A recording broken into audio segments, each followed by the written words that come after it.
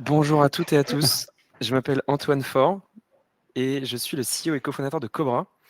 Merci à vous d'être présents aujourd'hui pour ce webinaire auquel vous êtes très nombreux à vous être inscrits pour échanger autour des leviers de performance à mettre en place auprès de votre équipe commerciale pour driver un maximum de revenus de façon rentable.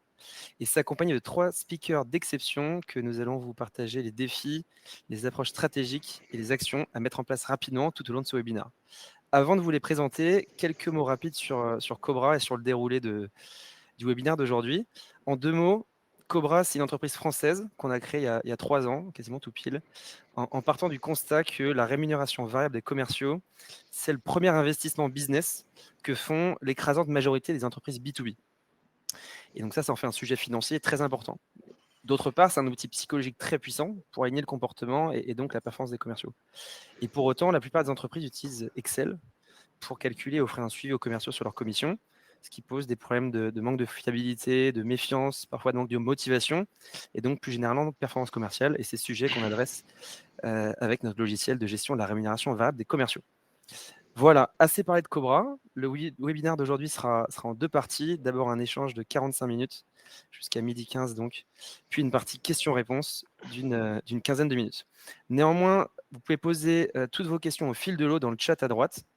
Il y aura bien évidemment un enregistrement pour toutes celles et ceux qui seraient amenés à nous quitter en cours d'événement. Je vais maintenant laisser la parole aux autres speakers de l'événement en les invitant à se présenter pour nous dire 2-3 mots sur la segmentation des équipes avec lesquelles ils travaillent. Et on va commencer par Dorine. Je te laisse la parole. Merci, bonjour à tous. Moi, c'est Dorine Pernet, je suis VP Sales chez Scaleway. Ça va faire 2 mois que j'ai rejoint Scaleway. Avant ça, j'étais aussi dans du B2B SaaS chez Facebook, chez Dataiku et d'autres entreprises. Chez Scaleway, je manage plusieurs teams sales sur Full Sales Cycle, les teams Top of Funnel, BDR, ASA, les teams d'AE, d'account exécutive, aussi les teams de CSM, les Customer Success Manager. Et dans mes équipes, j'ai aussi les Professional Services et tout ce qui est très tech sur les Sales Architects. Et je laisse maintenant la parole à Jean. Salut tout le monde. Jean Cumunel, moi je suis responsable SDR chez Aditi. Je pilote une équipe d'un peu plus d'une dizaine de SDR divisée en 2 pôles. Un pôle en charge de toute la réception des leads entrants, le pôle inbound SDR, ainsi qu'une équipe outbound SDR qui a pour vocation d'aller booker les agendas des commerciaux avec des rendez-vous ultra qualifiés. Et je passe la parole à Paul. Trop cool. Donc, bonjour à tous, moi je suis Paul Berlotti, je suis CEO de Mojo, qui est aussi une boîte française qu'on a montée il y a près de 3 ans, donc en même temps que toi Antoine. Donc Mojo, c'est un outil d'analyse conversationnelle qui aide les équipes commerciales à être plus performantes.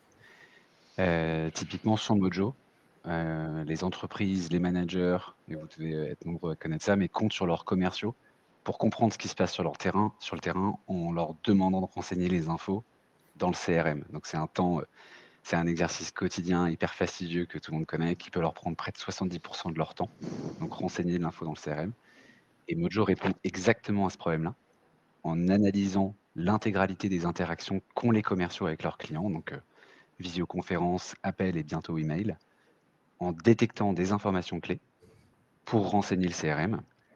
Ces informations clés, elles peuvent aussi aider à comprendre qu'est-ce qui fait que vous perdez des ventes aujourd'hui, comprendre encore mieux votre marché, comment réagissent vos clients à telle ou telle nouvelle fonctionnalité. Et les résultats qu'on a pour nos clients, on a Cobra en client, mais on a aussi Doctolib, Spendesk ou même Bouygues Télécom. Ça peut être près de 7 heures de gagné par semaine par commerciaux et aussi une augmentation du taux de conversion qui peut être variable évidemment, mais en moyenne 20% de taux de conversion en plus. C'est une boîte de 3 ans, qui a 3 ans, on est près de 65 dans la boîte et on opère dans toute l'Europe. Très bien, merci à tous les 3 pour cette présentation. On va maintenant rentrer dans le vif du sujet, puisque donc qui dit maximiser la rentabilité de vos équipes commerciales, dit bien entendu tirer le maximum de résultats d'un groupe, d'une organisation. Et pour cela, on le sait, pour nous les sales en particulier, il faut se définir et se fixer un objectif.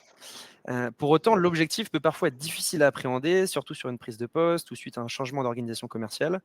Et donc, Dorine, tu mentionnais ta prise de poste chez Scaleway. Est-ce que tu pourrais nous partager quelles ont été les grandes étapes te permettant d'appréhender le sujet des objectifs avec tes équipes? Oui, c'est une très bonne question. Donc, pour le coup, comme je le disais, ça fait 2 mois que je suis chez Scaleway et l'une des premières étapes, quand on arrive, je pense, dans une équipe sales et revenus, c'est de regarder qu'est-ce qui motive nos commerciaux et comment sont alignés les targets. Donc, c'est vraiment de faire un état des lieux de ce qui est déjà en place, de creuser au fil des semaines et aussi en écoutant le terrain, qu'est-ce qui peut être amélioré, parce que les commerciaux sont les premiers aussi à bien savoir qu'est-ce qui vont les motiver, mais aussi avoir l'aspect stratégique et de choses qui peuvent se faire en scale. Parce que pour l'instant, si ça marche pour une personne, il faut que ça marche sur 10, sur 50. Là, dans mes équipes, on est presque à 50, donc c'est important que tout se fasse selon le nombre de personnes. Quand on fixe les objectifs, je pense qu'il y a un vrai challenge d'être sûr que ces objectifs soient bien fixés selon le poste qu'on va avoir dans le sales cycle et aussi d'être sûr que ces objectifs aient un sens pour toute l'équipe. Par exemple, que les objectifs des BDR et des ASR qui font de l'inbound et de l'outbound aient un sens pour les accounts exécutives, que sur le sales cycle, il y a quelque chose de virtueux entre les objectifs de l'un et de l'autre. Comme ça, les deux peuvent se motiver et faire des situations de win-win. Et ensuite, c'est la même chose que je vois sur les autres rôles. Et donc, effectivement, les indicateurs de performance varient en fonction du rôle de chacun. Tu parlais des architectes, des sales engineers, des AE. Exactement. Donc, chez nous, on va avoir des pre-sales architectes, des sales architectes, des personnes qui sont très techniques, qui vont aider l'architecture du cloud chez nos clients. On a aussi les account exécutives et les customer success managers. Toutes ces personnes, c'est un vrai écosystème de succès pour nos clients. Chaque personne va avoir vraiment un rôle à jouer pour qu'on arrive à closer toujours plus, mais aussi à augmenter notre base clientèle. Nous, ce qu'on aime faire, c'est qu'il y ait un grouping, donc chaque sales architect, chaque account exécutif, chaque CSM, chaque BDR et ASA se retournent autour d'un pod. Donc, c'est une famille autour d'une industrie. Donc, par exemple, on a le pod technologie en interne qui regroupe toute la famille sales de toutes mes équipes et ils partagent en commun une target de pod de revenus à closer sur du new logo, mais aussi de l'expansion. Et ça fédère vraiment un groupe, ça motive chaque personne sur son point du sales cycle et ils sont tous ensemble dirigés vers le même goal au final. Et c'est très, très harmonieux à voir dans une équipe aussi grande et avec autant de personnes à gérer. Très bien. Et donc, Jean, de ton côté, toi, tu manages le développement commercial chez Aditi. Tu parlais des leads entrants, département que tu as même créé parce qu'il n'existait pas avant chez Aditi. Quelles sont, selon toi, les spécificités et les principales différences en termes d'objectifs sur ces postes-là par rapport à ce que vient de présenter Dorine? Alors, effectivement, oui, le département SDR a été créé il y a un peu plus de 8 mois maintenant chez Aditi. On est sur une industrie un peu particulière, c'est la régie publicitaire. Notre enjeu, c'est de monétiser l'audience du groupe Ouest France, puisqu'on est adossé au groupe Ouest France, et tous ces médias. Donc, dans un premier temps, ce qu'il a fallu mettre en place, c'est des objectifs cohérents. Donc, comme on parlait Dorine auparavant, la compréhension du business, la compréhension du nombre de rendez-vous, de prospection nécessaires pour les commerciaux pour atteindre leurs objectifs, ça a été une de nos premières études pour comprendre l'impact qu'on pourrait potentiellement avoir dans l'atteinte des objectifs globaux. Une fois qu'on s'est dit ça, moi je suis un fervent défenseur des objectifs basés sur le pilotage de l'activité et non pas sur l'atteinte d'un résultat en tant que tel.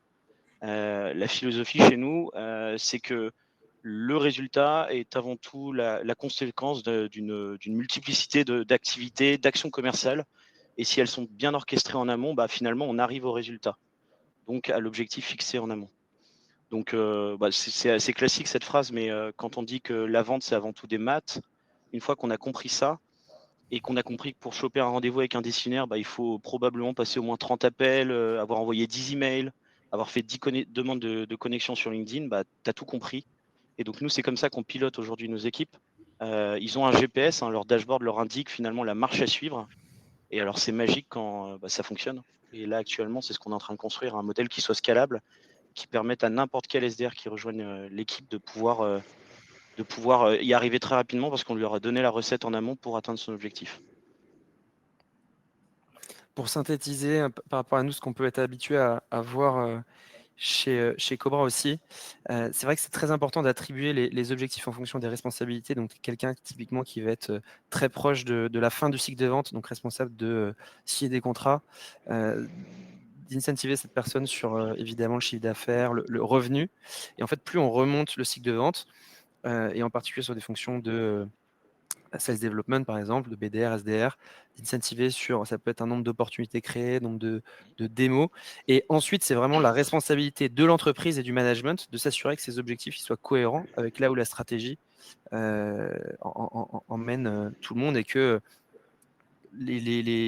chacun ait bien le bon impact sur le rouage dont il est responsable. Et donc, c'est une chose d'avoir défini ces objectifs. Ensuite, faut-il encore que les commerciaux s'en sentent imprégnés, animés pour avoir envie de les atteindre. Paul, de ton côté, comment est-ce que ces objectifs sont communiqués et suivis par les équipes? Je suis ton point de faire redescendre la vision d'une boîte, la mission, l'ambition d'une boîte jusqu'au terrain. Et ça passe par les objectifs, la manière dont nous, on le communique. On essaie de garder de la constance sur... Enfin, tu vas pas changer tous les quarters, tous les mois, la nature d'un objectif. Le chiffre pour des commerciaux peut changer, mais en revanche, ça restera... Tu essaies de garder une constance et pas rajouter des nouvelles variables, sinon tu peux vite perdre du monde. Ça, c'est des erreurs qu'on aurait pu faire, enfin que j'ai faites dans le passé, c'est de rajouter des nouvelles variables, rajouter des choses compliquées. C'est d'ailleurs pour ça que Cobra est un outil aussi incroyable, mais c'est que ajouter des nouvelles variables peut être hyper compliqué déjà sur un fichier Excel, mais aussi dans la tête des gens. Donc le plus c'est simple, le mieux c'est. Ouais, ce que je peux te dire, c'est je trouve que ce qui est clé et ce qui est extrêmement motivant en équipe, c'est chaque début du quarter, une routine qu'on a mis en place. On fixe l'objectif d'équipe sur un tableau début de quarter, et ensuite on demande à chacun de s'exprimer. Donc c'est en sales meeting par exemple sur OK. Donc là on veut faire 10 000. OK, donc toi tu prévois de faire combien? Enfin, on veut faire 100 000. On a 10 commerciaux qui peuvent faire 10 000, qui pourraient faire en moyenne 10 000. Et on leur demande de s'engager pour l'équipe. Donc toi, tu penses que tu peux faire combien? OK, moi je pense que je peux prendre 10K de l'objectif. OK, c'est quoi les deals que tu mets en dessous? Alors nous, ça marche bien sur du cycle de vente qui a 50, 60 jours en moyenne. Sur du cycle de vente plus instantané, ça fonctionnerait peut-être pas de la même manière. Quand j'étais chez Doctolib, ça n'aurait pas fonctionné de cette manière-là. Mais c'est ma grosse recommandation, c'est engager l'équipe autour de l'objectif d'équipe, même s'ils ont un variable qui sera individuel. De les engager sur cet objectif d'équipe et en leur demandant vraiment dans le détail qu'est-ce qu'ils mettent en dessous. Et on fait un follow-up la semaine. Et en fait, on ne s'abandonne pas, quoi. L'équipe, on joue là les uns pour les autres, donc on ne s'abandonne pas. Le deal dont j'ai parlé la semaine dernière, en fait, c'est un vrai deal. Et si je peux rebondir là-dessus rapidement, je suis complètement d'accord. Et comme tu le disais, d'adopter une conduite transparente, quelque chose qui est vraiment inspirant. Moi, quand j'étais en direct terrain et que je manageais des accounts exécutives, quand j'apprenais à les connaître, une des premières questions que je leur demandais, c'est pourquoi tu es en sales? Enfin, c'est un travail qui est très, très dur. Bien sûr, il y a plein de travails qui sont durs. C'est stressant. Il y a vraiment la course à la target. Il y a beaucoup d'heures à investir. Qu'est-ce qui te motive sur ton variable? Qu'est-ce qui te motive? Pourquoi tu as envie de décrocher ton variable et de gagner encore plus d'argent? Et des fois, il me dit, c'est parce que moi, j'aimerais prendre ma retraite à 45 ans, j'aimerais investir ici ou j'aimerais faire ce tour du monde dans 3 ans. Et voilà, j'ai besoin de cet argent. Et une fois qu'on comprend qu'est-ce qui les drive, eux, de manière personnelle, quand j'étais en direct terrain, ça m'aidait à leur dire un petit peu quotidiennement, allez, lâche pas, il faut continuer, il faut être résilient. Tu as perdu ce deal ou le deal, il a glissé sur Q4, c'est pas grave, on va continuer. Et ça met quand même quelque chose de personnel derrière des chiffres. Parce que c'est vrai que nous, en tant que leader et manager, on est souvent derrière les chiffres, etc. Et c'est hyper important de remettre ça de manière personnelle et dire, OK, le quota de cette personne qui représente 25% du quota de la team, elle est dravée par ça. Allez, on fonce ensemble. Et ça aide au quotidien. Merci. Et donc, c'est vrai que la communication autour de ces objectifs, elle est clé, mais le véritable challenge derrière réside dans l'atteinte de ces objectifs, bien entendu. Et pour cela, Il y a évidemment le recrutement qui a un rôle important à jouer. Recrutement, thème qu'on a choisi d'écarter de ce webinaire pour des raisons de temps. Et il y a évidemment le sujet de l'entraînement, du coaching, de la montée en compétences. Et donc, c'est indispensable de proposer aux commerciaux des formations, des rituels réguliers. Parfois, il peut y avoir une équipe d'enablement dédiée en interne. Mais au-delà de cette équipe, c'est évidemment le rôle des managers de faire progresser leur direct reports. Jean, de ton côté, tu as eu l'opportunité d'avoir une feuille blanche devant toi, puisque tu as créé un département au sein d'Aditi. Et donc, tu as pu mettre en place de nombreuses actions. Quels seraient tes conseils pour initier des projets de formation et de montée en compétences lorsqu'on n'a pas forcément d'équipe d'enablement dédiée en interne? Ouais, c'est un vaste sujet. Donc effectivement, pour rappel du contexte, au moment où on a créé le département SDR, le terme même de SDR ne parlait quasiment à personne au sein de l'entreprise. Donc déjà, il a fallu faire pas mal d'évangélisation, essayer de faire comprendre aux gens l'enjeu de ce poste-là. Pourquoi est-ce qu'il a un potentiel pour permettre aux équipes commerciales de développer du new business. Une fois qu'on a fait ça, déjà, on a posé le département SDR au sein de l'organisation commerciale. Et donc, à partir de là, on peut commencer à construire et mettre en place des ateliers, des organisations, de la formation. On ne parle pas de recrutement aujourd'hui, mais nous, on a de grosses difficultés effectivement sur le recrutement, comme beaucoup d'entreprises, et notamment celles qui sont basées en province. Et donc, on fait le choix de dédier une grosse partie des premiers jours de chacun de nos SDR à la formation, à l'onboarding. Donc, c'est un peu plus d'1 mois et demi de formation en continu avec pas mal d'ateliers, pas mal de formations sur le produit, mais également sur toutes les techniques de vente, ce qui fonctionne dans les autres entreprises. Alors, on s'inspire beaucoup, notamment de Mojo. Une des premières choses, moi, que je demande à mes nouveaux SDR, c'est de s'abonner à la newsletter Mojo, que je trouve particulièrement bien faite. Merci, Jean. Mais voilà, c'est pas mal d'auto-formation également. On les incite à avoir le goût de la curiosité. Et c'est pour ça qu'on book dans nos agendas une demi-journée toutes les semaines. Alors, pour l'instant, c'est le vendredi après-midi. On se rend compte qu'on prend pas mal de rendez-vous le vendredi après-midi. On va probablement bouger ce moment et le mettre plutôt le mercredi après-midi où c'est un peu moins dynamique. Mais voilà, c'est les inciter à participer aussi à toutes ces formations-là. Dès que j'ai un SDR qui monte bien en compétence sur un sujet en particulier, le traitement des objections, les meilleurs moments pour joindre les prospects dans tel type d'industrie, ben c'est les pousser à nous partager ces bonnes pratiques. Et puis après, je pense que ce qui est le plus important, et j'ai la chance pour ça d'avoir deux super team leaders dans l'équipe, une sur la partie inbound et l'autre sur la partie outbound, c'est tout ce travail de double écoute, d'auto-évaluation constant. Nous, on demande à tous nos SDR d'écouter toutes les semaines au moins 2 de leurs appels. Et puis derrière, lors des entretiens hebdomadaires, il y a au moins une bonne demi-heure qui est destinée à réécouter ces appels-là avec le manager, les challenger, voir comment est-ce qu'on aurait pu mieux faire, pourquoi est-ce qu'on a raté ce rendez-vous, pourquoi au contraire on a réussi à choper ce rendez-vous. Et à partir de là, on en tire des axes de développement sur la semaine et on itère et on refait ça toutes les semaines afin d'améliorer le discours en continu. Donc ça va aussi dans le sens de Mojo. Je pense que c'est l'un des gros leviers pour permettre à vos équipes de se développer. C'est cette capacité à réécouter les appels, à faire du coaching, de la double écoute. Et en fait, c'est le rôle du team leader au sein de nos équipes SDR. C'est avant tout d'être un coach plus qu'un manager, d'être la personne qui a cette capacité à montrer comment on fait et à réorienter les actions du SDR. Et enfin, dernière chose qu'on met en place, excuse-moi Antoine, c'est aussi une grosse analyse sur notre tunnel de prise de rendez-vous via des tags. Alors on utilise Aircall, c'est assez bien foutu là-dessus. C'est qu'on arrive très rapidement à voir s'il y a des décrochages d'une semaine à l'autre, un taux de prise de rendez-vous qui décroche, un taux de joignabilité qui décroche, un taux de passage de gatekeeper qui décroche. Et tous ces éléments-là, ça nous permet d'avoir une formation adaptée au SDR en fonction des endroits dans le pipe où il perd le plus de potentiel business. Ça donne une très bonne base pour ceux qui souhaiteraient se lancer. Dorine, j'imagine que toi aussi, tu as mis pas mal d'actions en place. Est-ce qu'au cours de tes différentes expériences, tu as pu repérer des formats qui fonctionnent le mieux? Oui. Déjà, je suis très alignée avec ce qu'a dit Jean. Hyper important, et même les notions de playbook, d'avoir vraiment tout d'aligné, que les personnes puissent aussi gérer leur training, d'apprendre par eux-mêmes, que ce soit sur des projets complexes ou des techs un peu moins complexes.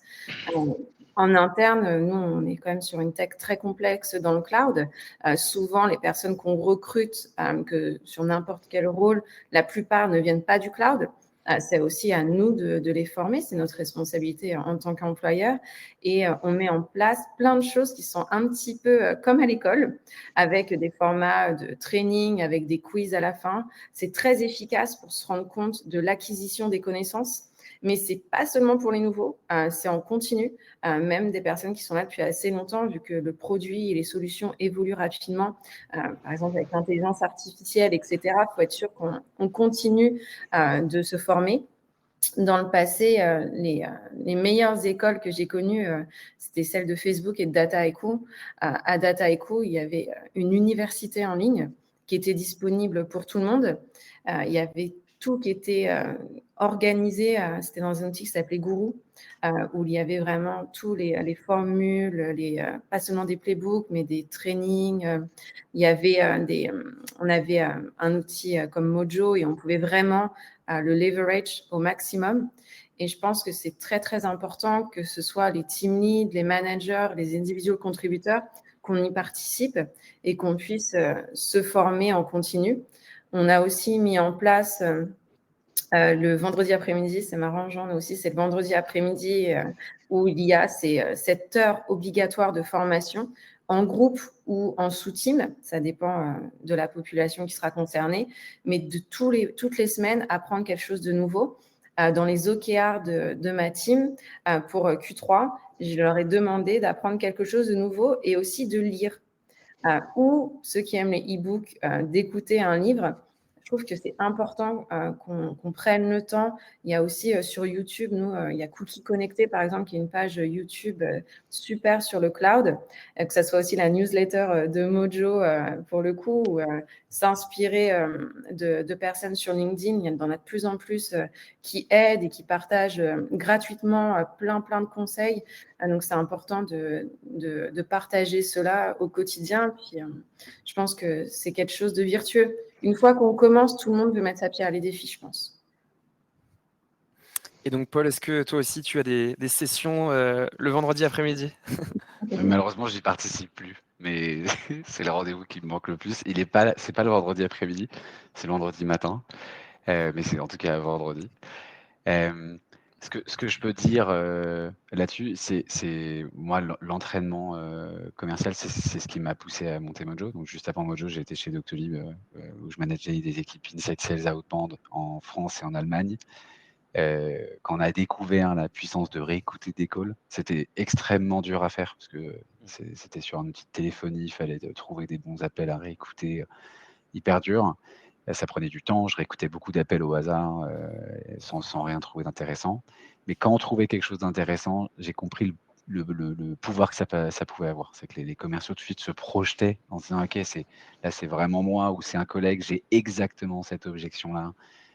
C'est vrai que c'est pas simple d'y répondre. Et donc, ça engage, je me rendais compte que ça engageait beaucoup plus les commerciaux. Je donnerais peut-être un petit conseil là-dessus. Alors, Mojo, c'est un outil qui est utilisé pour plein de cas d'usage, dont l'entraînement des commerciaux, mais on a des équipes product marketing, des équipes produits, des CEO qui utilisent Mojo pour comprendre ce qui se passe sur le marché. Donc, avoir une vue at scale de qu'est-ce que pensent les clients du produit, qu'est-ce qu'il y a un concurrent qui a sorti une offre hyper agressive, donc plein d'enjeux de positionnement. Et il y a aussi ce cas d'usage entraînement qui est hyper utilisé par des middle managers, des directeurs commerciaux. Le premier conseil que je peux donner, c'est vraiment détecter les plus grosses opportunités d'entraînement. Au lieu de se jeter à réécouter des calls, c'est OK, je regarde mon cycle de vente, il est en 5, 6, 7 étapes. Où est-ce que ça casse le plus? En grande partie, mais regardez quand même, tout ce que je dis doit se regarder chez vous, mais en grande partie, c'est après la démo. Il y a une phase de disco qui tient vite fait la route. Ensuite, il y a une phase de démo et là, ça casse. Il y a près de 50% des opportunités qui sont perdues à ce moment-là. L'opportunité d'entraînement la plus grosse, là, elle est avant cette phase de démo. Dans la phase de disco, dans cette phase de démo, il y a visiblement quelque chose qui fait que les gens abandonnent. Pourtant, ils sont venus sur le site, ils ont fait une demande de démo, ils ont accepté ce rendez-vous. Donc, il y a quelque chose qui a résonné en eux et ça casse pour près de 50% à la fin de la démo. Ce qui est très intéressant, c'est de comparer avec le top performer. Lui, il en est à combien?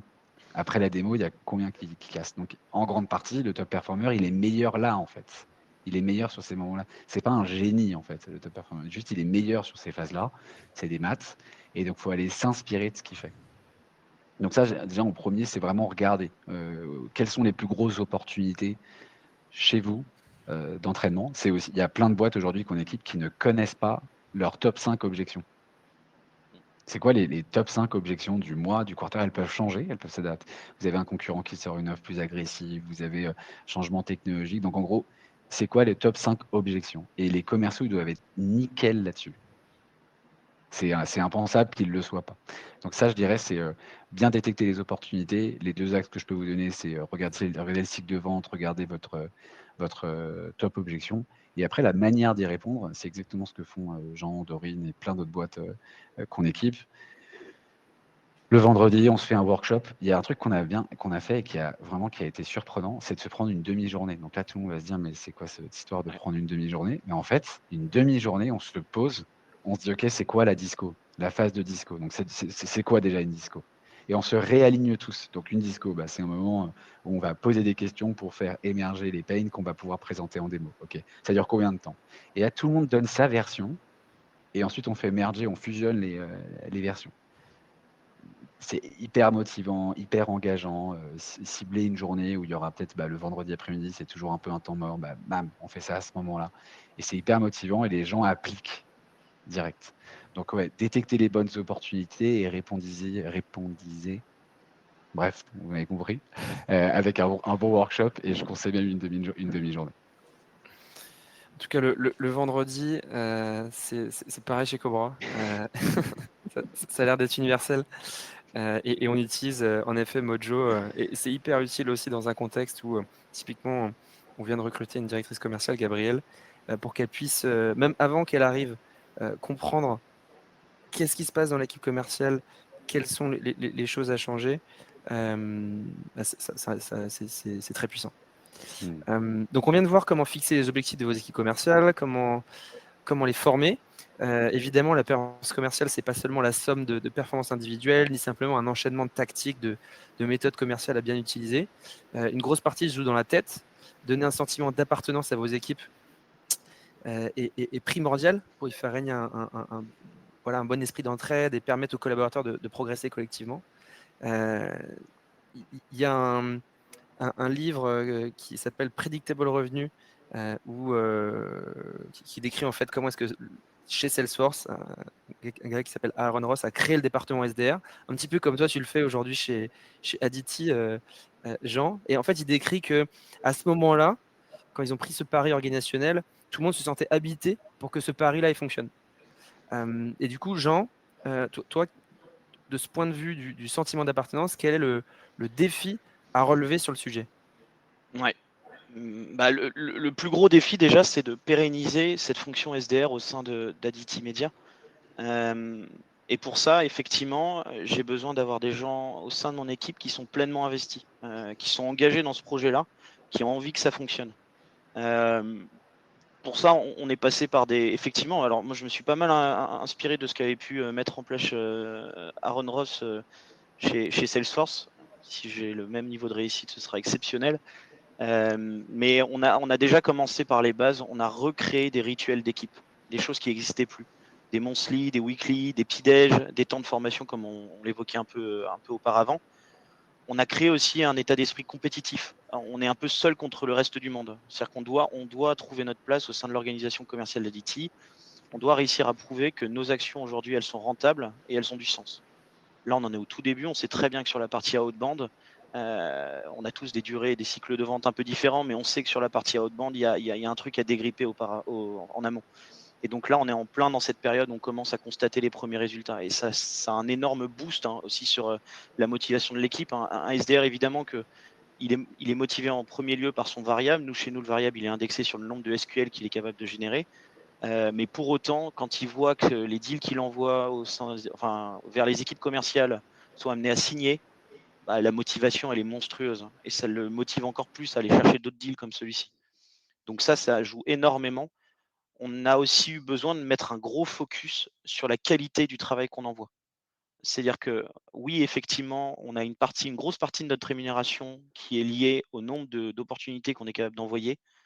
mais on lâche rien sur le niveau de qualité. C'est-à-dire qu'on n'a pas peur de disqualifier une opportunité nous-mêmes avant même qu'elle soit arrivée jusqu'au sales pour maintenir, une norme ISO de qualité de rendez-vous qui soit toujours la meilleure possible. Voilà, et puis derrière, un outil qu'on a mis en place, c'est la grille d'évolution SDR. La grille d'évolution SDR, c'est, segmenter nos SDR en 3 étapes. Il y a les SDR juniors qui sont arrivés il y a moins de 6 mois, avec un niveau d'exigence, qui est à la hauteur de leur, expérience.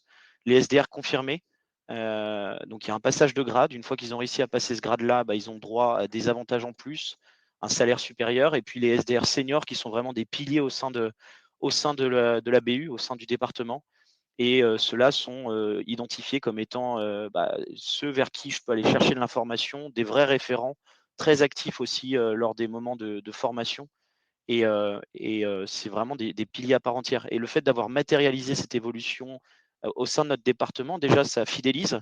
C'est-à-dire que là où un SDR au bout de 6 mois aurait pu se dire: «Bon, j'en ai un peu ma claque de prendre du rendez-vous, j'ai pas l'impression d'être, valorisé comme je devrais l'être, je vais aller postuler sur une offre, en interne ou bien en externe sur un poste de commercial». Là on arrive à les garder chez nous parce qu'ils ont conscience au quotidien qu'ils apportent une vraie valeur ajoutée à la construction de ce département. Voilà les quelques éléments, qu'on a pu mettre en place. Excellent. Et Dorine, de ton côté, qu'est-ce qui t'apparaît essentiel, à ce propos? Alors la fédérer, surtout, quand sur des équipes qui deviennent de plus en plus grandes, c'est, de plus en plus compliqué. Je pense que fédérer à 5, 10, 50, c'est pas pareil. Je pense que tu l'as vu Paul, quand tu as créé Mojo, c'est de plus en plus compliqué. Moi je pense que ça passe beaucoup par la culture sales que tu mets en place. Nous on essaye de faire des choses autour de la gamification. Comme on l'a dit au début, c'est pas un rôle facile. Donc vraiment, célébrer quand on peut. Par exemple, quand je suis arrivée chez Skyway, j'ai acheté un gong qu'on sonne voilà, sur les heures de lunch et after work pour pas déranger tout le monde autour parce que sinon ça rend fou, je pense. Mais c'est une bonne nouvelle, c'est-à-dire qu'on close. On essaie de mettre ça au quotidien, de célébrer les wins. On a un Slack Daily Wins, même pour les petits wins. Par exemple, hier, on était tous à l'office et on a fait un VIP cocktail avec nos clients sur notre rooftop et on a trouvé que c'était très, très bien. C'était super d'être avec nos clients sans agenda, vraiment juste pour discuter, pour être ensemble. Et ça aussi, ça fédère parce que c'est important de se fédérer en interne, mais aussi en externe avec nos clients. La plus-value de Scaleway par rapport à nos compétiteurs, c'est qu'on est à proximité et on est proche de nos clients. On les rencontre des fois sans agenda, juste pour se voir, pour discuter, d'échanger sur les choses du quotidien qui se passent dans le cloud, dans l'intelligence artificielle. Et pour la fédération en interne, ça passe bien sûr par des sorties ensemble, des petites choses hors contexte, mais aussi de célébrer les talents de chacun. Moi, j'adore apprendre que dans mes équipes, il y a quelqu'un qui fait du breakdance, qui nous envoie les vidéos de son spectacle de danse, et moi, ça m'impressionne. Notre CRO qui a fait un karaoké lundi soir, et on se rend compte que c'est un vrai chanteur, et on était là. OK.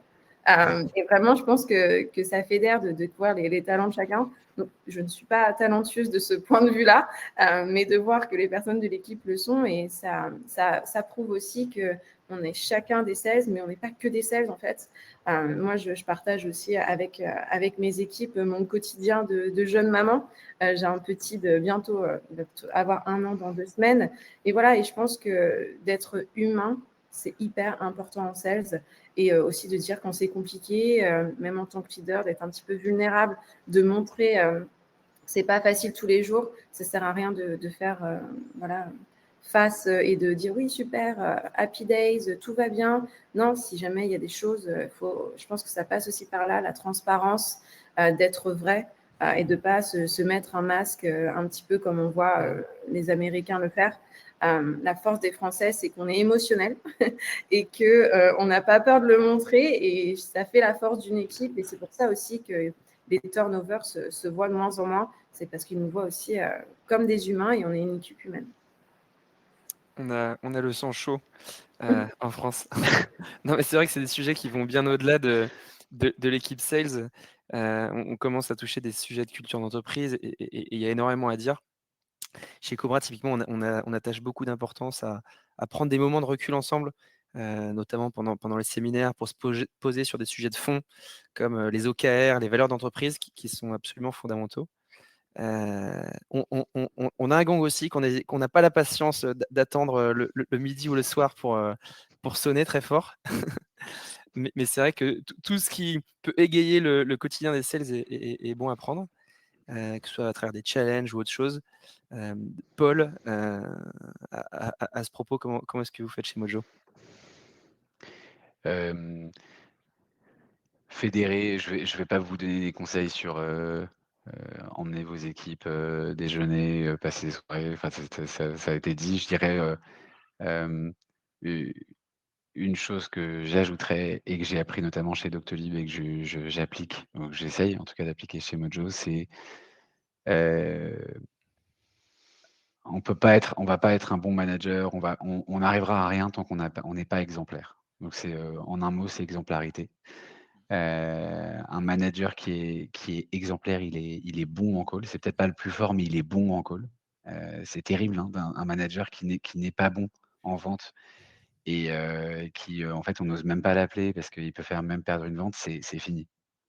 Du coup, c'est plus un manager, en tout cas sur le domaine sales, c'est fini. Et donc un bon manager, il est exemplaire, il est bon en call, il en fait, régulièrement, il vient dans les calls, il donne des coups de main et ça aide les commerciaux. Il a toujours cette légitimité. Et encore une fois, ça veut pas dire que c'est le plus fort, mais il est pertinent, quoi. Il sait de quoi il parle. En training, il sait de quoi il parle. Le fameux training du vendredi, il amène des sujets, il sait de quoi il parle, il a des réponses, il écoute des calls, il met des commentaires, il coach en fonction. C'est ce mot, quoi, c'est Mmh. être exemplaire. Vous voulez que les gens se donnent à fond, je ne crois pas à une orga où il y a un manager qui se donne à fond et les autres ne suivent pas. Il y a un problème, il y a un problème. Il y a quelque chose qu'on ne comprend pas. Ou alors le manager est beaucoup trop exigeant et se rend pas compte que les autres se donnent à fond. Ça peut arriver. Mais si vous vous donnez à fond, vous travaillez enfin vous donnez, vous êtes bon dans ce que vous faites, vous arrivez dans les calls, les sales respectent, ils vous amènent, ils se disent que c'est une vraie carte de vous amener, ça va suivre, ça va suivre. Et là, du Mmh. coup, il va y avoir plein je pense de fruits, de résultats qui vont fédérer. Donc un bon manager, comme il est pertinent en training, il va poser les bonnes questions. Parfois, il n'a pas la réponse, donc il va amener un externe sur ce sujet. Il va engager l'équipe sales. Je trouve que je sais pas si c'est les bons DIRCO, mais je vois des bons DIRCO en tout cas, qui ont des mots-clés. Il y a souvent des mots-clés. Des private jokes en fait dans une équipe. Il y a un mot-clé qui est le sujet discovery où je pose des questions en suivant mon script. Vous savez, il y a plein de sales qui font ça, ils ont leurs questions devant les yeux, ils les posent à la filée. C'est terrible en termes d'expérience pour le prospect ou client. Et il y a des mots-clés pour combattre ça dans l'équipe. Ouais, je dirais ça. En tout premier, l'exemplarité et va en découler du coup que les équipes vont suivre et il va y avoir et ils vont pouvoir se fédérer autour de ça. Très bien, merci beaucoup Paul. On va attaquer la dernière partie. Juste avant, un petit sondage pour tout le monde. C'est utilisez-vous une plateforme d'intelligence conversationnelle? Avec donc les différentes options qui s'affichent à l'écran. La dernière partie donc qu'on attaque, ça va être le sujet de la rémunération qui est évidemment un outil puissant à disposition des directions commerciales. Et Marc Roberge, pour citer un autre livre, le VP Sales historique de HubSpot, a notamment écrit dans son livre que c'est l'outil le plus puissant pour aligner les comportements des commerciaux avec la stratégie commerciale. Ce qu'on pourrait en plus rajouter par rapport à notre sujet du jour, à savoir la performance rentable, c'est que le plan de commissionnement, parce qu'on va payer des gens, va avoir un impact direct et très fort sur la rentabilité de la force commerciale. Paul, quelles sont tes expériences, les impacts principaux du plan de rémunération variable?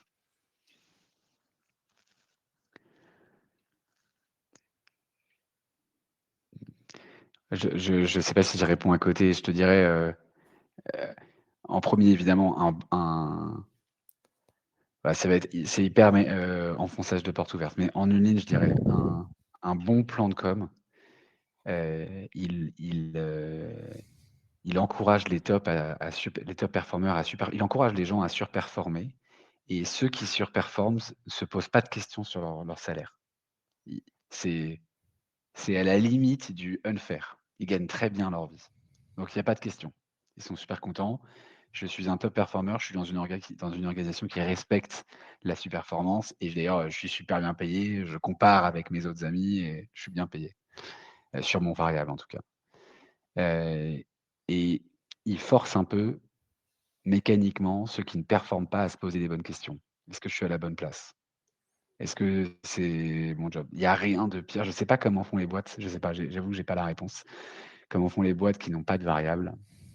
Ils se débrouillent sûrement autrement, hein, mais une orga sales qui n'a pas de variable, bah, en fait, il peut y avoir aussi des gens qui sont au demeurant très sympas, très professionnels, mais qui ne sont pas au résultat et je trouve que c'est pas juste. Je pense que ces gens-là, s'ils sont pas au résultat, déjà, ils doivent le sentir. Moi, je vois plein de fois des gens qui sont pas en réussite et il faut pas se dire que les gens mécaniquement se disent: «Bon, je suis pas en réussite, je vais creuser dans ma vie, comprendre mes aspirations et changer de job». Pas du tout, en fait, il y a plein de gens aujourd'hui qui restent coincés dans des jobs parce ils sont pas bons, ils ne sont pas bons tout court en général et ils se posent pas de questions de chercher autre chose ou d'aller chercher quelque chose de plus pimenté dans leur vie, de plus excitant.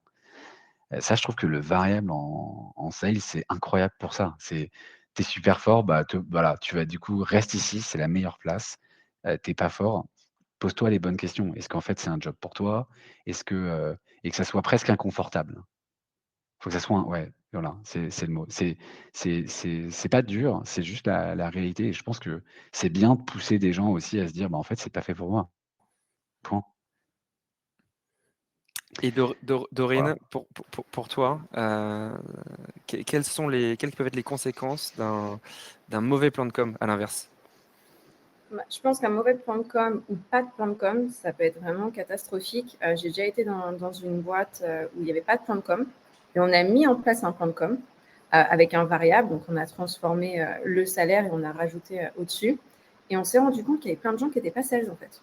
Et c'est là où on reconnaît aussi que sales, c'est pas pour tout le monde. Et moi, je le dis des fois en toute honnêteté quand je récupère des équipes et on se rend compte au fur et à mesure si on arrive à vivre et être excité par ce variable. Et un mauvais plan de com, ça peut avoir plein de conséquences pour la boîte, des gens déjà qui peuvent l'utiliser à mauvais escient, du sandbagging qui peut se mettre en place très rapidement pour essayer de garder une performance plutôt OK sur les indicateurs de quarter en quarter. Mais je pense qu'il y a aussi plein de choses qui peuvent être évitées, surtout si on est à l'écoute des commerciaux, que ce soit les BDR, les account exécutives, les sales architectes. Si on arrive vraiment à écouter, on peut les changer. Chez Data Echo, on a eu des changements de plan de com. On s'est adapté aussi au fait qu'on a grandi. Quand je suis arrivée chez Data Echo, mes équipes, on était à peine une dizaine. Je suis partie, on était 45. Donc, c'est normal aussi que le plan de com évolue avec l'entreprise. Et c'est très intelligent de le faire. De toute façon, si on est en sales, on est normalement très flexible. On sait s'adapter et on sait bouger avec le changement. Et malheureusement, de mauvais plans de com, ça pousse à la démission. Des top performers qui sont bloqués, par exemple, parce que à partir d'un certain pourcentage, ils ne touchent plus. Ou par exemple, un plan de com où il n'y a pas d'accélération. Donc, pourquoi faire plus de 100%? Des plans de com, j'ai déjà vu des personnes partir de certaines boîtes. Moi, je les récupère ensuite, donc je suis contente. Mais des top performers, ils peuvent partir si jamais le plan de com n'est pas adapté à leur performance. Et donc, au-delà un peu comme on parlait des objectifs plus tôt, l'objectif très important, la communication est clé aussi. Il en va évidemment de même sur le sujet des commissions où les règles du plan, tu viens d'en parler, sont une chose, le suivi en est une autre. De nombreuses entreprises, j'en parlais au tout début, utilisent Excel pour le calcul de leurs commissions. Quelles sont selon toi les limites à cela? Moi, je pense qu'il y a des limites de revenus, des limites quand on est plusieurs. D'être sur Excel, c'est quelque chose qui peut être très compliqué, manque de transparence, d'avoir un outil où c'est visuel, un petit peu, je ne sais pas si vous vous rappelez, à l'époque, qu'on voyait dans les films américains, la personne qui avait un bateau à côté de son PC parce qu'il disait je veux acheter le bateau. Très rapidement, il comprenait, il savait comment fallait acheter le bateau, parce qu'à l'époque, c'est plus simple, on va dire. Maintenant, on est dans le SaaS ou dans l'IaaS ou dans le PaaS, on est dans des choses plus compliquées, dans du B2B, dans la tech. Il faut quand même qu'on reste simple. Et c'est vrai que d'avoir un outil, moi j'ai eu la chance de travailler avec plein d'outils où on pouvait voir visuellement ce qui se passait, comment, et on pouvait accélérer.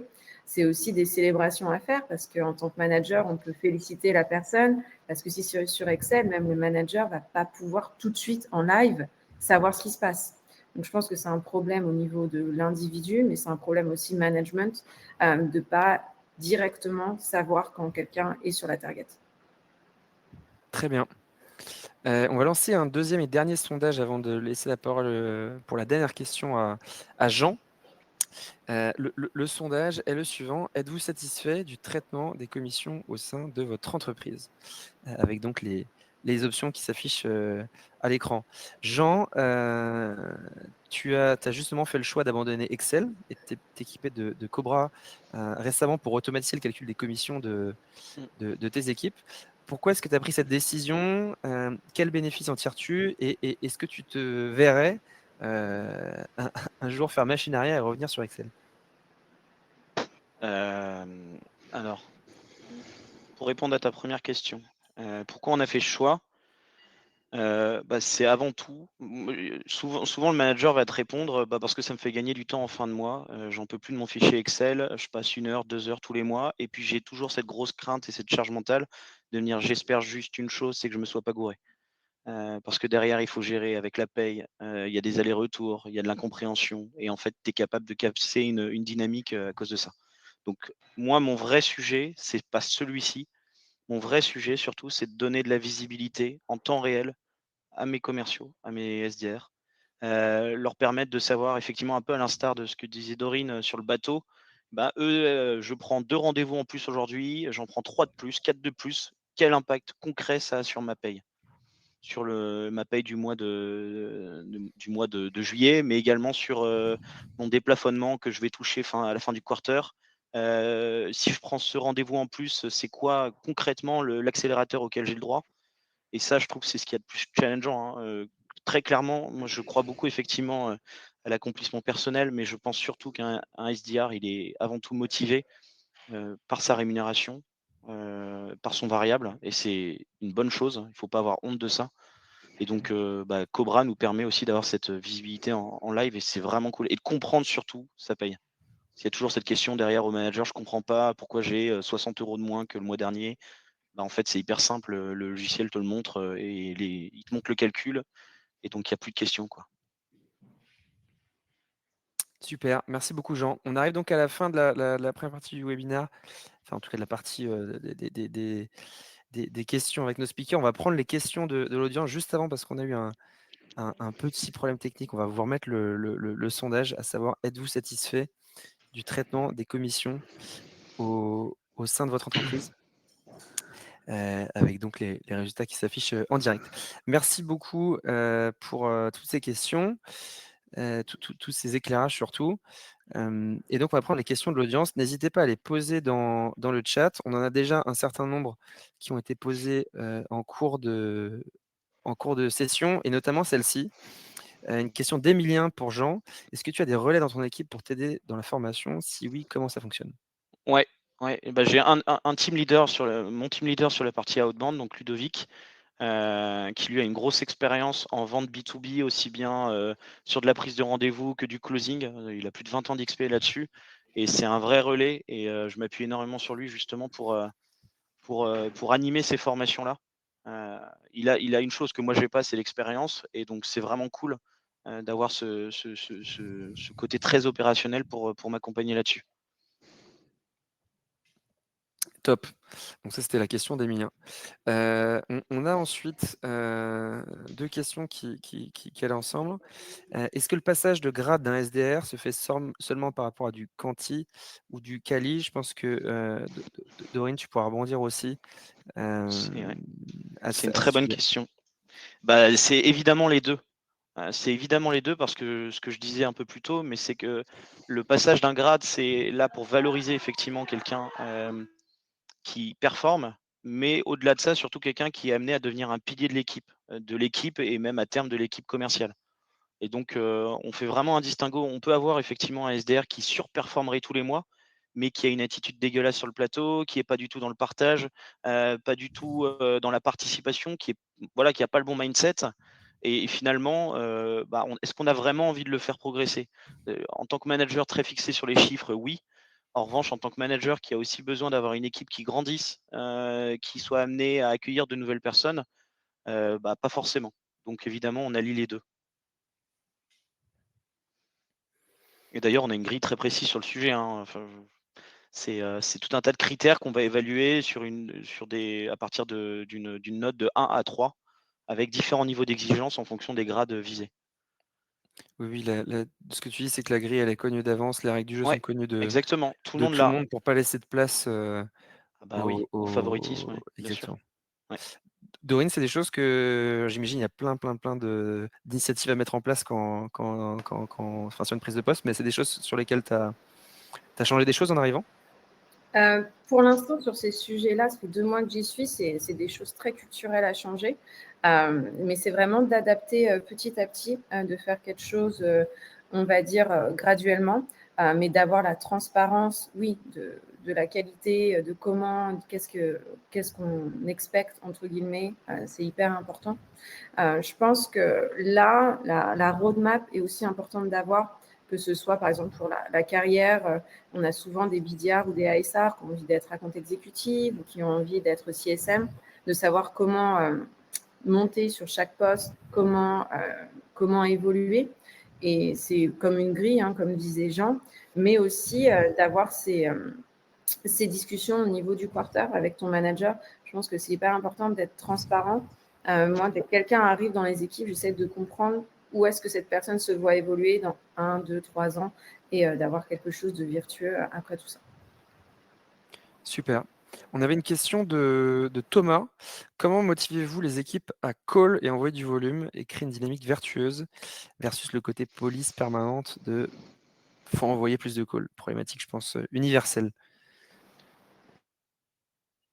Je vais prendre la question en première si tu veux. Je pense que c'est important d'avoir des routines, que ça ne soit pas une surprise, que chacun connaisse les nombres d'activités qu'il doit faire pour arriver à sa target et arriver au quota.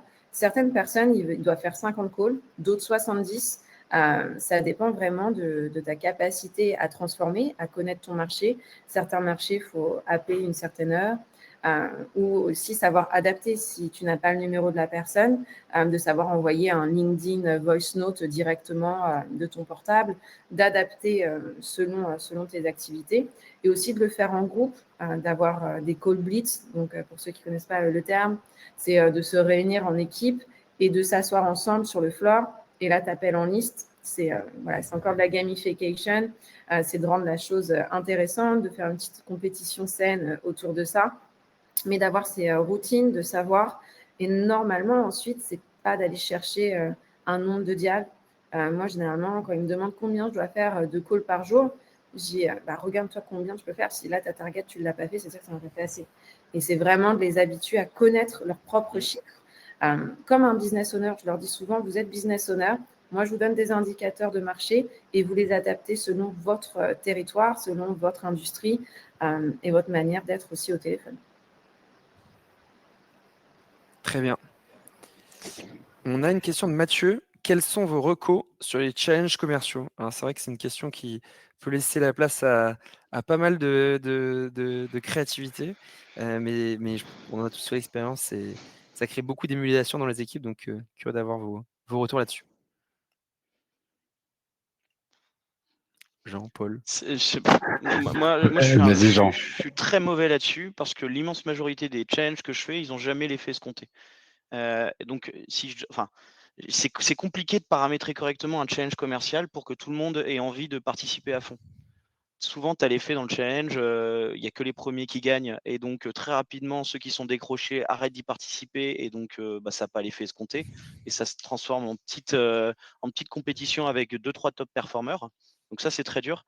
Donc moi, mon conseil, c'est que sur les challenges commerciaux, faut pas être radin. C'est-à-dire faut faire en sorte que jusqu'au bout, les gens aient intérêt à se battre. N'importe qui, du meilleur jusqu'au plus mauvais. Et ça revient un peu à ce qu'on se disait tout à l'heure sur le variable, faut pas avoir peur de surpayer la surperformance. Et donc voilà, ça c'est un petit conseil. Après, sur des challenges, des formats de challenge, je pense que vous serez bien meilleur que moi pour en proposer. Oui, je pense pour ajouter à Jean, ce qui marche bien dans les challenges, c'est un peu ce qu'a dit Paul au début, c'est d'être exemplaire, de faire le challenge avec eux, de prendre le téléphone, si c'est un call beat, moi, d'envoyer des emails si on est en demande. Nous, dans notre liste de target account, tout le codir, et moi inclus dans le codir, on a partagé tous les contacts qu'on avait. Donc, c'est vraiment tout le monde, hein, même notre CTO, notre CIO, notre CEO, c'est tout le monde est sales en fait. Et c'est vraiment de mettre ça en place. Donc, dès que je suis arrivée, c'est ce que j'ai mis en place chez Scaleway et de s'aider. Et je pense que quand les équipes voient que même jusqu'au codir, on est impliqué dans le challenge commercial et qu'on est là pour aider, que ce soit dans la recommandation, écrire un email, faire une intro LinkedIn, ça a énormément de valeur. Une des choses qu'on a observé sur les chains et qui, je pense, est une bonne pratique, c'est de les faire de manière collective, en créant des équipes qui vont faire une compétition entre elles. Parce que c'est vrai que on va dire souvent le plan de commissionnement, c'est quelque chose qui est individuel, basé sur la performance individuelle. Et de pouvoir permettre cette fois-ci qu'il y ait 3-4 personnes qui chambrent 3-4 autres personnes, ça a un pouvoir de créer une émulation différente et qui vient vraiment motiver tout le monde dans l'équipe. Et ça permet aussi qu'il y ait moins de personnes qui soient larguées dans le challenge et qui décident de lâcher l'affaire, comme tu disais, Jean, parce qu'en fait, comme c'est en équipe, on ne peut pas laisser tomber son équipe. Ouais. On a une question de Carlos sur les plans de commissionnement. Comment est-ce que vous financez les boosts? Est-ce que vous déleveragez à 100% la target?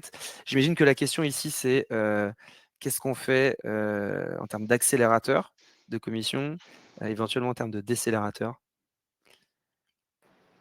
Et à Oui. partir de combien? À partir de combien, c'est ça, d'avoir la grille? Mm. Ça dépend. Généralement, les accélérateurs, c'est après 100%. J'ai rarement vu des accélérateurs avant 100%. Et généralement, il y a des paliers d'accélération. Donc, quand tu passes un certain montant, tu as un accélérateur peut-être plus ambitieux. Nous, par exemple, on a mis des accélérateurs sur le commitment, parce que c'est important de commiter nos clients.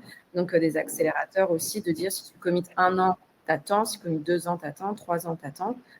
Et c'est aussi de mettre quelque chose sur la durée avec les clients, mais aussi sur la rémunération des sales. Les décélérateurs, ça existe. De se dire si tu fais moins de 50% de ta target, tu as un décélérateur à 0,80 en multiplicateur qui se met dessus.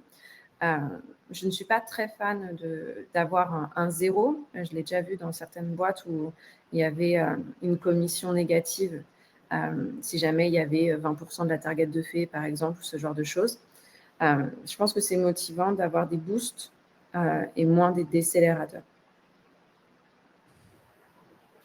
Je peux ajouter à ce propos, c'est que quand on fait le calcul, en fait, même si on met des accélérateurs qui sont importants, par exemple, dire à 200% de la target, je touche 300% de mon variable. Mm.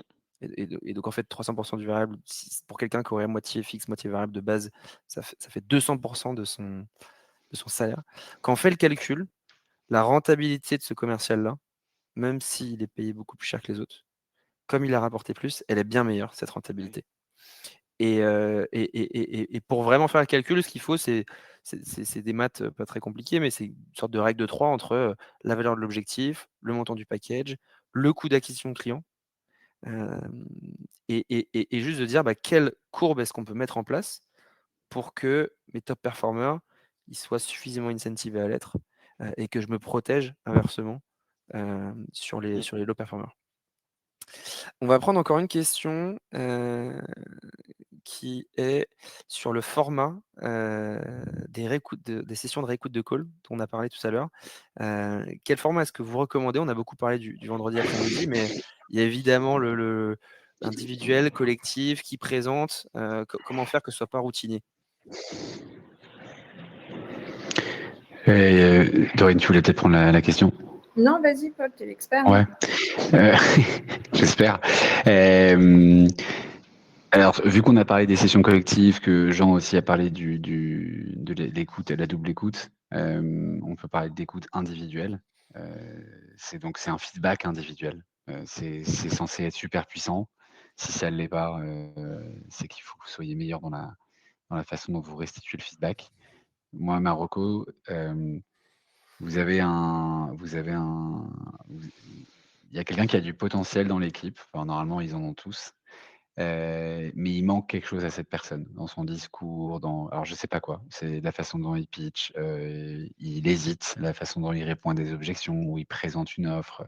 Il y a quelque chose qui n'est pas au niveau. Donc vous êtes manager, vous devez sentir ce genre de choses. Vous avez de la donnée pour le prouver. Et c'est là où c'est intéressant, c'est en écoutant des appels, vous allez avoir de la donnée pour le prouver. Et faire un feedback à quelqu'un sans avoir de faits, de preuves, c'est parler dans le vent. Enfin, il y a de la confiance. Je pense que même quelqu'un qui a confiance en vous, c'est pas clair.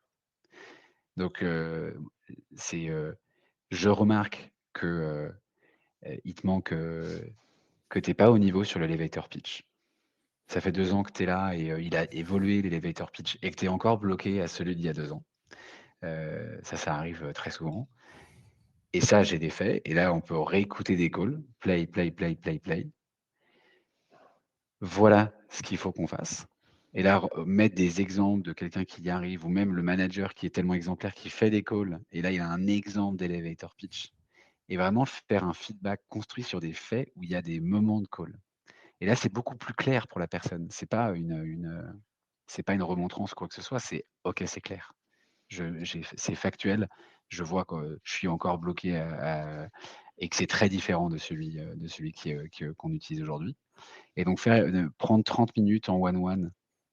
Voilà, j'ai quelque chose à te montrer. Regarde ce que j'ai découvert. Je trouve qu'il y a ça. Et là, on met des plays. Et là, il y a vraiment une session individuelle quand on est en one-one, en confiance. C'est ça ton défi. C'est ça ton défi. Il faut qu'on bosse l'elevator pitch. C'est 3 minutes. Même pas, hein, c'est censé être 30 secondes. OK, on bosse l'elevator pitch et on regarde les résultats. Et donc, pareil d'ailleurs, quand je dis il faut être dans les faits, il faut aussi recoller aux résultats. Il faut prouver que l'elevator pitch, il a de l'impact. Je sais pas, il se prend tout le temps les mêmes objections que personne ne se prend. Il ou elle a un moins bon taux de conversion. Il faut leur montrer que ce qu'on est en train de faire, ça a de l'impact. Et là, la puissance de montrer l'extrait du call est très forte. Merci beaucoup, Paul. Et on va terminer par une dernière question, la question de Imen. En termes d'animation commerciale, je valorise mon équipe avec leur best perf sur tableau interne, diffusion au groupe par mail. Est-ce que vous avez d'autres idées, toujours autour de l'émulation, l'animation du groupe? Ouais, moi j'encourage que ça soit fait entre les équipes et entre eux. Quand quelqu'un entend qu'un call était bon, qui a vu qu'un email avait bien marché, voilà, de mettre en valeur leurs coéquipiers, les personnes. Par exemple, on avait un logiciel qui s'appelait 15-5 où tu pouvais donner des high five devant tout le monde. Et au moins, ça disait merci pour ça, tu as super bien géré, je sais pas, ton public speaking ou je t'ai vu intervenir sur cet événement, sur le boost. Et je pense que ça soit fait entre équipes, c'est encore plus de valeur que quand c'est le manager. Et une autre idée qui n'est pas la mienne, c'est un account exécutif de mon équipe qui s'appelle Stéphane Perrin. Il a fait son kick-off de pod et il a dit, voilà, aujourd'hui, on va se présenter, puis on va kick-off en disant quelque chose qu'on apprécie chez l'autre. Il se renvoyait la balle comme ça dans le pod en disant voilà, c'est à ton tour, Edouard. Moi, j'adore la collaboration qu'on a eue sur ça. Ça a duré peut-être, je sais pas, 5 minutes de faire ça. Il avait son petit chronomètre sur son portable pour pas que ça fasse trop longtemps. Et je trouvais ça une bonne dynamique qu'il a mis dans son pod kick-off. Stylé. Et donc, en parlant de chronomètre, il va être temps de rendre l'antenne. Merci beaucoup, Dorine.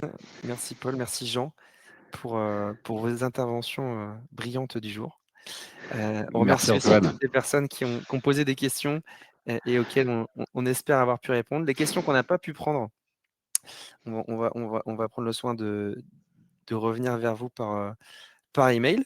En tout cas, on vous remercie beaucoup, tout le monde, d'avoir été présent aujourd'hui.